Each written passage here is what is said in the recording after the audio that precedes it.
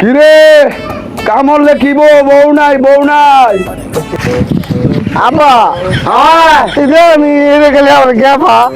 কি খাবার রে কালি কই গো গেফা কি খাবার তোরে কালি কো তোর বউ নাই আরে বড় তুই যে তোর বউ নেম গাতে আর তোরে খাবার তোরা কি বউ তোর কবলে বউ নাই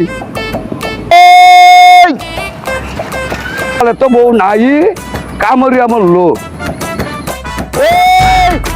আব্বা কইছে আব্বা বলে তোর বউ নিব গা